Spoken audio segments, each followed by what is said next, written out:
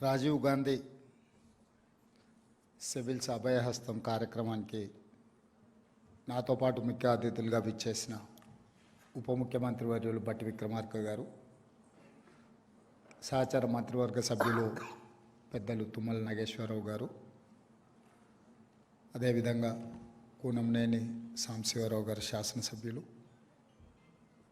గండ్ర సత్యనారాయణరావు గారు, వివేక్ గారు, కోరం కనకయ్య గారు, విజయరమణారావు గారు, యాదయ్య గారు, ఇతర శాసనసభ్యులు అందరూ, ప్రభుత్వ సలహాదారులు, చీఫ్ సెక్రటరీ గారు, సింగరేణి సిఎండి గారు, ముఖ్యమైన అధికారులు, ఈరోజు ప్రత్యేకంగా ఆహ్వానింపబడిన సివిల్స్ ఇంటర్వ్యూలకు ఎంపికైన 20 మంది అభ్యర్థులు, వారి కుటుంబ సభ్యులందరికీ కూడా నూతన సంవత్సర శుభాకాంక్షలు.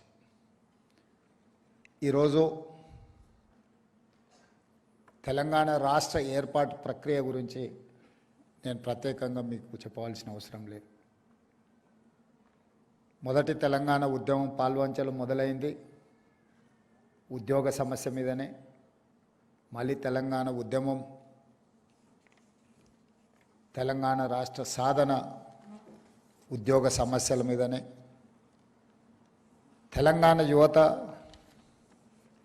ఉద్యోగ ఉపాధి అవకాశాల కోసమే తెలంగాణ రాష్ట్రాన్ని సాధించుకోవడం జరిగింది.